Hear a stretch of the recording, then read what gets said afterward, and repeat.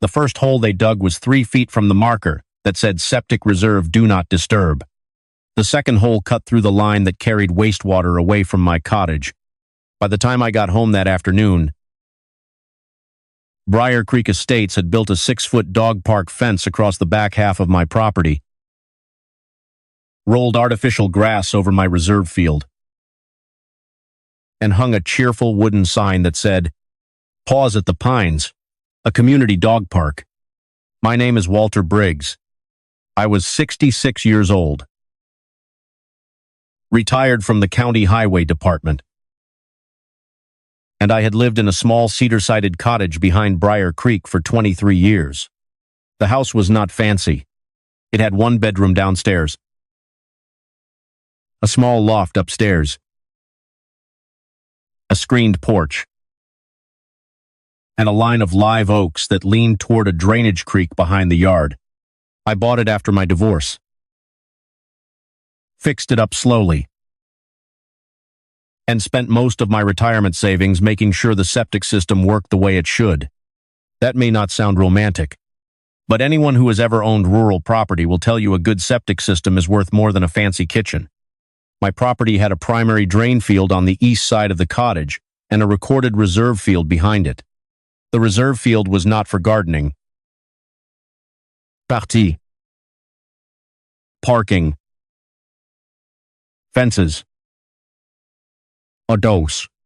It existed because septic systems fail eventually. If my main field ever needed replacement, the reserve area was the only legally approved place to put a new one. The county records were clear. The survey was clear. The metal markers were clear. But to Linda Carver and the Briar Creek HOA, the grass behind my cottage looked like wasted space. The trouble started with barking. One Sunday in March, I was sitting on the porch reading the paper when I heard a group of dogs running behind the tree line. There were yelps, laughter, and the sharp whistle of somebody calling a Labrador back from the creek. At first, I assumed people were walking on the HOA greenbelt behind the subdivision. Then I saw a golden retriever sprint through my reserve field. Behind it came a woman carrying a tennis ball. I walked down the slope and told her she was on private land. She looked embarrassed. "Oh, I'm sorry," she said. "The HOA map says this is future dog park space." I said, "The HOA map is wrong." She pointed toward the edge of the grass. Sure enough, somebody had tied orange ribbons between several trees. A small wooden stake stood near the creek with a laminated notice taped to it. Briar Creek Canine Recreation Project. Coming soon. I took a picture and called Linda. She did not answer. So I sent an email.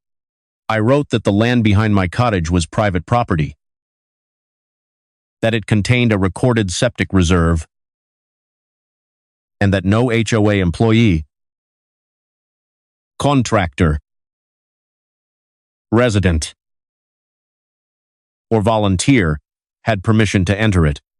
Linda replied the next morning, "Walter, we appreciate your concern. The area in question has been identified in our long-range recreation plan as open space serving Briar Creek." I read that sentence 3 times. Then I drove to the county clerk's office and pulled the recorded plat. The HOA greenbelt stopped 42 feet short of my property line. 42 feet. Not a confusing amount. Not a fence post error. Not a survey line hidden under brush. 42 feet of land that Linda had apparently decided to add to her long-range recreation plan because she liked the shape of it. I sent her the plat. She did not reply. For 2 weeks, nothing happened. Then I came home from lunch with my brother and found a skid steer parked beside the creek. A construction crew had installed fence posts around nearly 3/4 of my reserve field. Black artificial turf had been rolled out across the center. There were plastic agility ramps, a hose bib, 2 benches, and a red dog waste station. One contractor was digging near the septic marker with a post-hole auger. I parked my truck in front of the gate and walked over. Stop digging. The contractor switched off the auger. You the owner? Yes. He looked at the fence line, then at a work order clipped to his clipboard. I was told this was HOA common area. It isn't. He handed me the paperwork. The job was listed as pause at the Pines Canine Recreation Project. The client was Briar Creek HOA. The project manager was Linda Carver. And below the description was a note that said, utilities available from adjacent cottage. Confirm water access with owner. I looked up at the contractor. Did anyone confirm water access with me? No. Sir. Did anyone show you a survey? No. Sir. Then, you're digging on private land. He stepped away from the auger. To his credit, he did not argue. He called his supervisor. I called the sheriff's office. Then I called the county environmental health department. Linda arrived before the deputy did. She wore sunglasses and a light blue blouse, as if she had stopped by to inspect a landscaping project. Walter, she said, we are trying to create a safe, enclosed area for residents and their pets. You are doing it on my septic reserve. You have not used this space in years. It is a reserve field. I'm not supposed to use it. She folded her arms. The neighborhood has more than 400 homes. There is nowhere else suitable. There is nowhere else you own.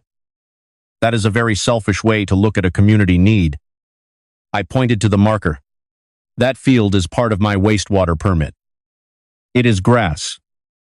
It is my grass. She looked toward the contractor and said, the project was approved by the board. I said, your board cannot approve my property. At that moment, the deputy arrived. He took statements, checked the parcel map, and told the contractors to stop work until ownership could be confirmed. Linda insisted the HOA had relied on an old landscaping plan.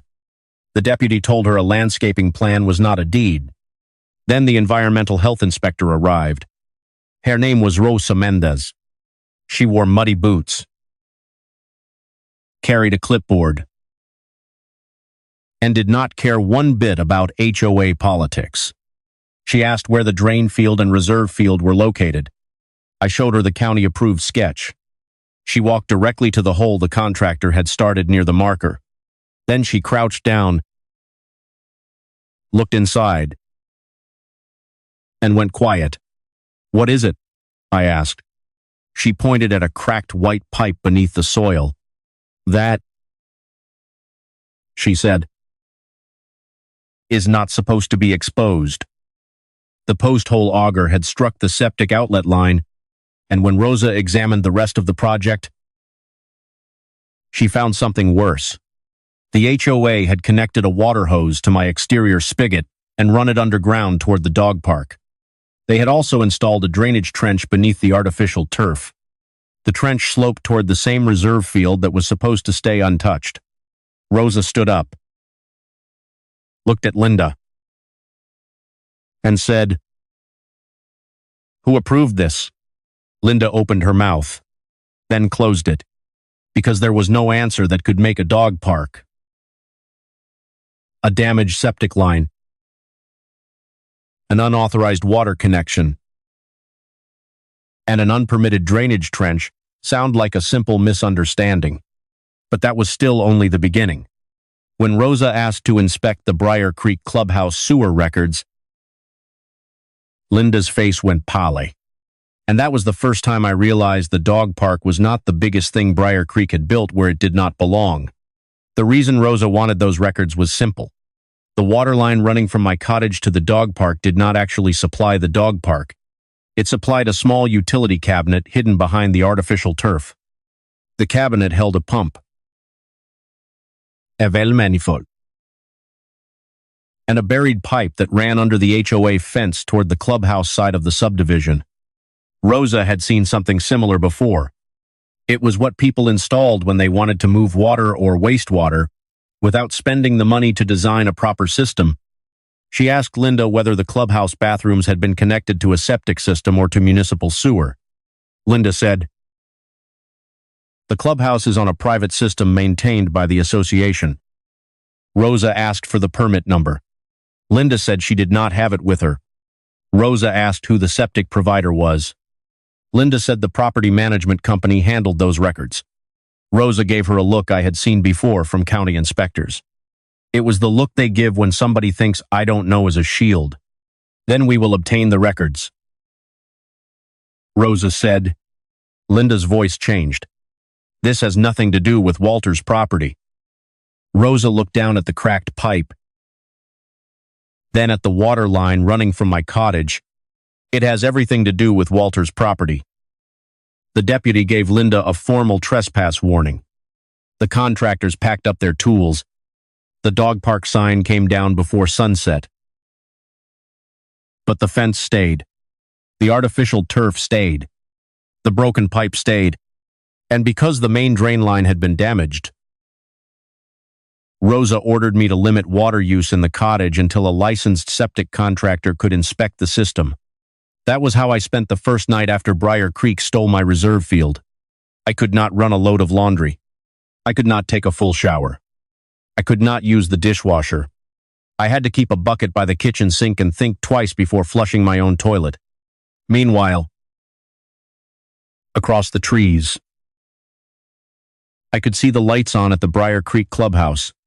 People were inside playing cards. Kids were running around after an evening swim. And Linda Carver was probably telling them the dog park had been delayed by an unreasonable old man who did not want to share his grass. The septic contractor came the next morning. His name was Glenn Wallace. And he had been working on systems around Brazoria County for over 30 years. He took one look at the open hole, the crushed line, and the trench under the turf. Then he said, "Whoever did this had no business putting a shovel in the ground." He ran a camera through the outlet line and found a crack about 18 inches long. The pipe had not separated completely, but it was damaged enough that wastewater could leak into the soil if I kept using the system normally. He gave me an estimate for emergency repair, pipe replacement, soil testing, and restoration of the reserve field. It was $17. $60. I asked him whether insurance would cover it. He shrugged. "Depends whose insurance you're talking about." I knew exactly whose insurance should cover it, but Linda had already sent an email to residents. Pete Lawson forwarded it to me before breakfast. The subject line was clarification regarding pause at the Pines. Linda wrote that the HOA had paused work on the dog park because a neighboring property owner had raised unexpected concerns regarding an easement area. She said the board had acted in good faith and would continue working with county officials to balance individual property interests with the needs of a growing community. She did not mention the broken septic line. She did not mention the water connection. She did not mention that her contractor had been ordered off land the HOA did not own. I read the email twice and forwarded it to Rosa. Then I called a lawyer. Her name was Elaine Porter. She had handled a case for my brother years earlier, involving a contractor who built a retaining wall over the wrong lot line. She did not waste time trying to make people feel better. She asked whether I had records. I told her I had the septic permit, reserve field map, parcel survey, Linda's emails, photographs, the contractor's work order, the deputy's report, Rosa's inspection notice, and Glenn's repair estimate. Elaine said, "Good. You have a clean case." Then she asked, "What does the HOA think gives it the right to use your field?" "An old landscaping plan. That is not a legal interest." I know. Do you want to sue them? I looked out my kitchen window at the black fence cutting across my grass. No, I said. Not yet. I want them to fix what they did. Elaine was quiet for a moment. Then she said, I'll send them a demand letter. It will give them a short deadline to remove the fence. Repair the septic damage. Stop using your water. Restore the reserve field. And provide every document they relied on. What if they refuse? Then we find out why they are so nervous about the Clubhouse sewer records. That sounded right to me, because Linda had been too calm when I told her the dog park was on private land. She had been annoyed, but not afraid. But when Rosa asked about the Clubhouse sewer permit, the color drained out of her face. I had spent decades working around public projects. Road work. Culvert. Drainage systems. Utility crossings. I knew what that look meant. It meant the thing you found was connected to something bigger. And Linda Carver was afraid the county was about to dig in the wrong place. Elaine's demand letter went out by certified mail that afternoon. It gave Briar Creek HOA 7 calendar days to remove every fence post, the section of artificial turf, water line, drainage trench, bench, waste station, and construction material from my reserve field. It required the HOA to pay for emergency repair of my damaged septic outlet line. Restoration of the field, and every documented expense caused by the unauthorized work. It also demanded copies of every survey, map, board resolution, contractor invoice, permit, utility plan, drainage plan, and communication the HOA had relied on before entering my property. The last paragraph was the important one.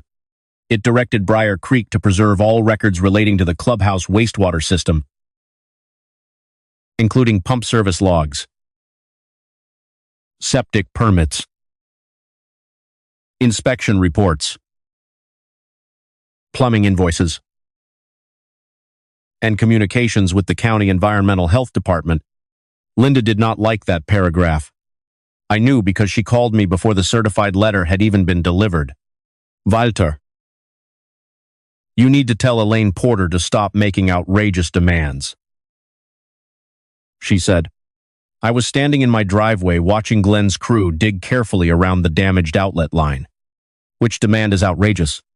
The Clubhouse records have nothing to do with your yard. Then it should be easy to provide them. You are trying to turn a disagreement about a dog park into a personal attack on the HOA. You turned my septic reserve into a dog park. You have no proof. The board knew it was your reserve field.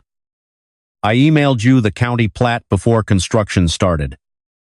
She went quiet. I could hear her breathing. Then she said, the HOA believed there was an access arrangement. There is no access arrangement. The previous owner had an understanding with the subdivision. I am the previous owner. I have lived here 23 years. That is not what I meant. Then what did you mean? She did not answer. That was when I knew Elaine had hit something real. Linda finally said, you need to think about what you are doing. The clubhouse is used by families. The pool is used by children. The dog park would have been a benefit to the entire community. I watched Glenn lift a broken section of pipe from the ground. You should have thought about families before you put a shovel through my septic line. Then I ended the call. Glenn repaired the damaged pipe by the following afternoon. It was not a simple patch. The auger had cracked the outlet line and weakened a fitting near the main distribution box. He had to cut back a section. Replace it. Pressure test the connection. And inspect the soil around the break. When he finished, he gave me a temporary clearance to use my cottage normally again, but he would not sign off on the reserve field. Not while fence posts, artificial turf, compacted soil, and an unapproved drainage trench still covered most of it. You need that area protected. He told me, if the county ever says your primary field has failed, this is your only approved replacement location. Right now, it is not usable. What would it cost to restore it? He looked over the dog park. The right way, remove the turf, pull every post, excavate the trench, test the soil, regrade it, bring in approved fill if it is contaminated or compacted, then have the county inspect it before anyone calls it a reserve field again. His estimate was another $21. Subay. That brought the total damage to nearly $40,000, and Briar Creek still had not sent one document. On the 8th day, the HOA attorney replied to Elaine. The letter claimed Briar Creek denied trespass and believed the dog park area fell within a historic community use corridor. It said the HOA had agreed to pause construction as a courtesy, but reserved all rights to continue its recreation project once the boundary confusion was resolved. Boundary confusion. My property markers had been in the same place since 2001. The septic reserve was recorded with the county. The county plat showed Briar Creek ending 42 feet from my boundary. There was no confusion. There was only a board president hoping formal language could turn a bad decision into a question mark. The letter did not include a survey. It did not include an easement. It did not include any old agreement. And it did not include the clubhouse sewer records. Elaine called me after reading it. They are refusing to give us the one thing they should be able to produce in an hour. The sewer file. Yes. What does that tell you? It tells me we need the county to ask for it. Rosa had already opened an environmental health case after finding the damaged line and unapproved water connection. Elaine sent her the HOA attorney's letter, the septic contractor report, the dog park work order, and photographs of the underground pipe leading from my cottage toward the clubhouse boundary. Rosa returned 2 days later with another inspector. This time, they did not come to look at my reserve field first. They went straight to the Briar Creek clubhouse. The clubhouse sat near the center of the subdivision, beside a pool, a mail kiosk, and a small playground. It was a 2-story brick building with a meeting room downstairs, an office upstairs, and a covered patio where residents held birthday parties and holiday events. I had never paid much attention to it. No. Standing beside Rosa at the edge of the parking lot, I noticed something I had never seen before. There was no obvious sewer cleanout, no marked septic tank access, no service panel, no placard identifying the wastewater system. For a building with 2 bathrooms, a kitchen, a pool shower, and a room that could hold more than 100 people. That was strange. Rosa asked the property manager, a man named Kyle Bennett, to show her the wastewater permit. Kyle looked nervous before she even finished the question. We have a maintenance company, he said. That is not what I asked. Rosa said, show me the permit. He went inside and returned with a folder. The permit was old. It dated back to 2012, before Linda Carver had moved into Briar Creek.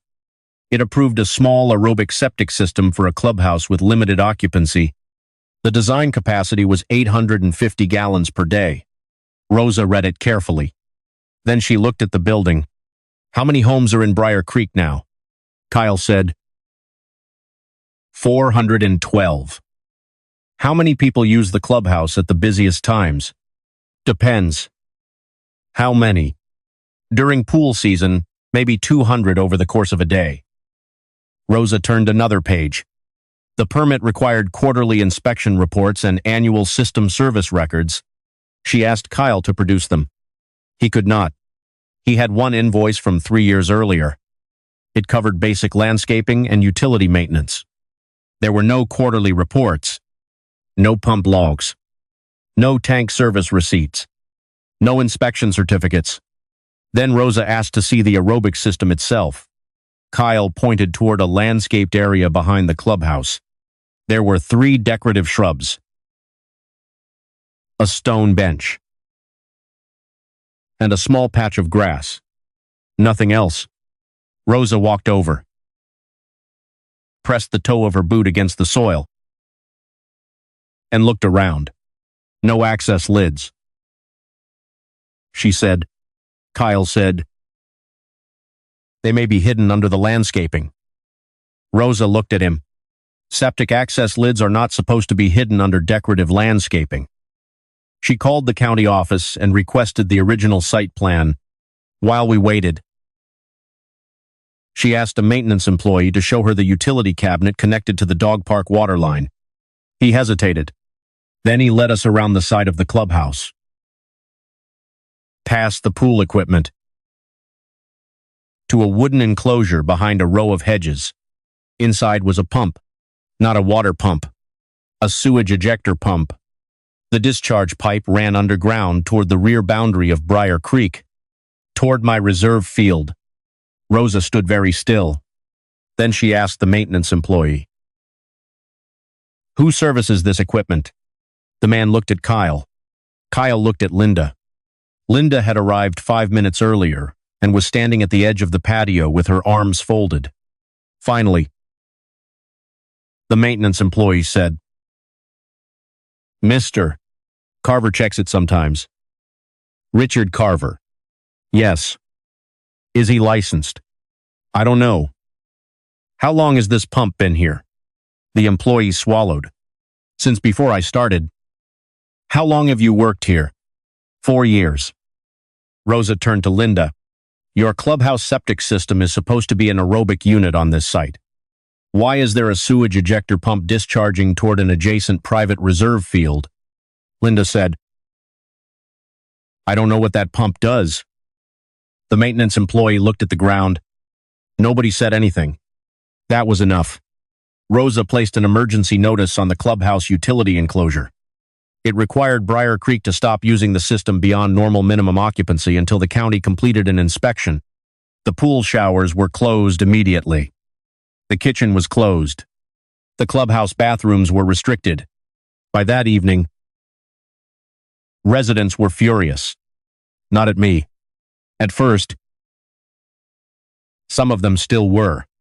I heard there were posts saying I had reported the HOA over a dog park. But then the pool closed. The bathrooms closed. A planned birthday party was canceled because the clubhouse could not provide sanitary facilities. People started asking better questions. Why had the HOA built a dog park on land it did not own? Why was there a sewage pump behind the clubhouse? Why had Richard Carver been servicing something that was supposed to have professional inspection records? And why did the sewer pipe point toward Walter Briggs's property? Linda sent out another email that night. This time, she wrote that the clubhouse restrictions were temporary and precautionary. She claimed the HOA was cooperating fully with the county. She said a small number of residents were spreading misinformation about the dog park and wastewater system. Then she made a mistake. She wrote that the sewage pump had been installed as part of a temporary emergency drainage solution after Hurricane Harvey. I had lived through Hurricane Harvey. Everyone around here had, but Harvey had happened 8 years earlier. A temporary emergency solution was not supposed to still be pumping wastewater across private land 8 years later. Elaine forwarded that email to Rosa before I even finished reading it. The original county site plan arrived the next morning. Rosa called me at 9:12. "Walter," she said, "I need you to come to the clubhouse." When I got there, she had spread 3 maps over a folding table in the community meeting room. The first was the original 2012 septic permit. The second was a 2016 expansion plan for the clubhouse pool and kitchen. The third was a drainage sketch submitted after Hurricane Harvey. The first two plans showed the aerobic septic system behind the clubhouse, exactly where Rosa expected it to be. The third map was different. It showed a temporary emergency bypass line running north for 60 feet into an HOA-owned drainage swale. But the line Rosa found did not run north. It ran west, across the HOA boundary, toward my reserve field. Rosa had overlaid the maps using county coordinates. The pipe entered my property 18 feet inside the boundary. It did not stop at the fence. It did not stop at the drainage ditch. It ran directly beneath the part of my reserve field, where Briar Creek had laid artificial turf. For years, the HOA had been pumping wastewater from the clubhouse onto or beneath land it did not own. And the dog park had not been built there by accident. It had been built there because Linda needed to cover the line. Rosa looked at me and said, "I am issuing an immediate cease and desist order for the clubhouse wastewater system." I asked, "What does that mean?" "It means the clubhouse cannot operate until they install an approved temporary system or repair the permitted system. And the pipe on my land, it must be removed and the affected soil must be tested." Linda was not in the room when Rosa said it, but she arrived 20 minutes later, just in time to see the order posted on the clubhouse door. She did not look angry anymore. She looked frightened. And for the first time since this started, I understood why she had called me selfish. Because she had not been protecting a dog park. She had been protecting 8 years of secrets buried under my grass. The cease and desist order stayed on the clubhouse door for 43 days. For the first week, Briar Creek tried to pretend it was no big deal. The board rented portable restrooms for the pool area. The clubhouse kitchen was closed. Pool parties were canceled. The meeting room could only be used for short gatherings with no food service, no showers, and no more than a limited number of people at a time. Linda told residents the county was being overly cautious. She told them the wastewater issue came from old emergency infrastructure that predated her time on the board. She told them the dog park dispute had distracted inspectors from the HOA's real community priorities. But the more she talked, the less anyone believed her. The county inspection report made its way to the homeowners before Linda could control the story. A resident named Celeste Warren filed an open records request for the board's financial documents and maintenance contracts. Another resident found invoices showing that Richard Carver's landscaping company had received payments every year for emergency wastewater coordination. The payments were not large enough to attract attention one by one. $2,000 here, $3,000 there, a $5,000 stormwater repair consultation. But when Celeste added them up over 8 years, Richard Carver had been paid more than $78,000 to manage a temporary system that should have been removed after Hurricane Harvey. And nobody could find a permit for the bypass line. Nobody could find soil testing records. Nobody could find evidence that the HOA had ever notified me the line crossed my property. The line had not been temporary. It had been convenient. That was the problem with Linda's version of events. It required everyone to believe that an HOA had accidentally built a dog park over an unpermitted wastewater line, accidentally crossed a private property boundary, accidentally damaged a recorded septic reserve, and accidentally forgotten to inspect a clubhouse sewer system for years. Even the people who had defended her at first could see that was too many accidents. Rosa's office ordered an environmental assessment of my reserve field. The county hired an independent contractor because neither I nor Briar Creek could be trusted to test the land alone. They removed sections of the artificial turf, opened the soil carefully, and took samples at different depths along the buried pipe route. The results came back 10 days later. The soil near the line showed elevated bacteria levels consistent with wastewater discharge. Not everywhere. Not enough to create a public emergency beyond the site, but enough to prove the line had leaked or discharged into my land. Enough to prove the reserve field was no longer suitable for future septic use until it was fully remediated and recertified. I read the report at my kitchen table. For years, I had protected that field because I knew I might need it one day. I had left it alone. I had not built a shed on it. I had not planted trees there. I had not parked trailers there. And while I was doing everything right, Briar Creek had been using it as the last stop for a problem they did not want to pay to fix. That was when I stopped thinking only about the dog park. The dog park was the fresh wound. The pipe was the old one. Elaine filed the civil claim the next week. She did not file it, only against the HOA. The claim named Briar Creek HOA. Linda Carver. Richard Carver. And the property management company that had received annual maintenance reports without verifying what was actually being maintained. The claim was straightforward. Trespass. Property damage. Unauthorized utility connection. Environmental remediation. Nuisance. Fraudulent concealment. And restoration of the reserve field. We did not ask for a ridiculous number. We did not ask for the clubhouse to be demolished. We did not ask for homeowners to lose their community facilities. We asked for the pipe to be removed from my land, the soil to be remediated, the reserve field to be restored and recertified, my legal and inspection costs to be covered, and the HOA to pay for an independent septic plan for the clubhouse. The estimated total was $214. Ling ling ling. Linda called me the day she received the filing. I did not answer. She left a voicemail. Walter. Please call me. This is getting out of control. The HOA cannot afford this. I listened to it once. Then I deleted it. 3 days later, she came to my cottage. She stood at the end of my porch in a pale sweater and no makeup, looking nothing like the woman who had stood beside the dog park fence and told me I was selfish for protecting my grass. I opened the screen door but did not invite her in. Walter, she said, I made mistakes. You made a dog park over my reserve field. I was trying to solve a problem. You were hiding one. She looked down. The clubhouse system was already there when I became president. But you knew about it. I knew there had been drainage work after Harvey. You knew enough to build turf over the line. She did not deny it. That was the closest thing to an admission I ever got from her directly.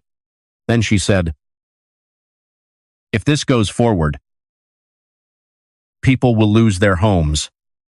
I looked past her at the Briar Creek entrance sign, visible through the trees from the road. No. I said, people will pay for what their board did. There's a difference. You don't understand what this will do to the community. I understand exactly what it did to mine. Linda stood there for a moment. Then she said, Richard did not mean for the line to remain that long. 8 years. She had no answer. I closed the door. The county gave Briar Creek 2 options. The HOA could install a properly engineered temporary wastewater system and submit a full repair plan for the original clubhouse septic system, or the clubhouse would remain closed until it did. The board hired an environmental engineering firm from Houston. Their report was not kind. The clubhouse's original aerobic system had been overloaded for years. The pool expansion, kitchen use, events, and increased occupancy had pushed it beyond its approved capacity. Rather than upgrade the system, someone had installed the ejector pump and bypass line to move excess wastewater away from the clubhouse. The line had been cheaper than proper repairs. It had also been illegal. The engineer estimated that a compliant replacement system, removal of the bypass line, soil remediation, and Clubhouse restoration would cost between $280, and $340. Ling ling ling. That was more than Briar Creek had in reserves. The homeowners were furious. At the emergency HOA meeting, residents voted to remove the remaining board members who had approved the dog park and ignored the wastewater concerns. A temporary board was appointed.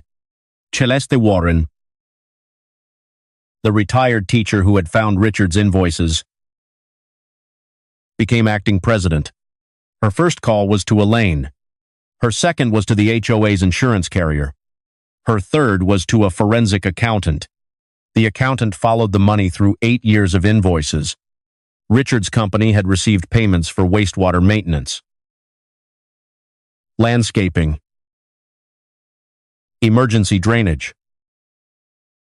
utility repairs, and dog park planning. Several invoices were vague. Some had no supporting work order. Others listed labor on dates when no contractor had checked in at the clubhouse. The final report found that more than $126 HOA funds had been paid to companies owned or managed by Richard Carver without clear disclosure to homeowners. Linda had signed several approvals. That was when the district attorney's office became involved. I did not ask for it. I did not celebrate it.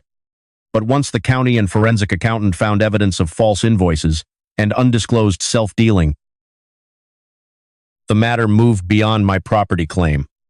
Linda resigned from the HOA before the investigation was complete. Richard's company lost every contract it had with Briar Creek. The Carvers sold their house the following spring. I heard they moved north of Houston. I do not know whether that is true. And I did not care enough to find out. What I cared about was the field behind my cottage. The settlement took 6 months. It was slow because the HOA had to negotiate with its insurer, its new board, its engineering firm, and its homeowners. It was not clean. It was not satisfying every day. There were meetings, reports, drainage plans, soil studies, and enough legal paperwork to fill a filing cabinet. But in the end, Briar Creek agreed to terms. The HOA paid to remove the dog park fence, the artificial turf, the drainage trench, and the unauthorized pipe from my property. It paid for soil remediation and environmental monitoring. It paid for a new reserve field design and county certification. It paid for a complete replacement septic system for my cottage, even though my original system had been functioning before they damaged it.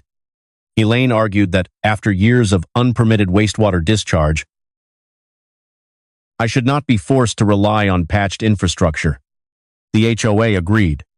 They also paid my inspection costs, contractor costs, legal fees, and compensation for the months I could not use my land normally. My settlement totaled $247. Lube. Most of that money went directly to engineering, remediation, and the new septic system. I did not walk away rich. I walked away safe. Briar Creek had to borrow money and approve a special assessment to rebuild its clubhouse wastewater system. The final cost came in at just over $318. Ling ling ling. That hurt. I know it did. But the homeowners did not pay that amount because I punished them. They paid it because the old board chose a cheap hidden line over a legal repair for nearly a decade. The dog park never opened. The temporary fence came down in late October. The artificial turf was rolled up and hauled away. The soil was treated, tested, and covered with clean topsoil. Glenn Wallace returned to inspect the restoration work, and Rosa came out one final time to confirm the field could be recertified as my septic reserve. The day she signed the approval, I stood beside her near the creek. The grass had started coming back. "You took good notes," she said. "I worked for the county long enough to know paperwork matters." She smiled. "It saved you." I looked toward the Briar Creek Clubhouse. It had reopened by then, with a new engineered system, new access panels, real service records, and a large utility sign. Nobody could hide behind landscaping. "I think it saved more than me," I said. A few months later, Celeste came by my cottage with a small group from the new HOA board. They asked whether I would be willing to look at a new proposal for a dog area. I almost laughed. Then Celeste held up her hands. "Not on your land," she said. "We found a proper parcel inside the HOA boundary. We have a survey, a budget, an engineer, and a written plan. We wanted to ask whether you would look at it before we approve anything." That was different.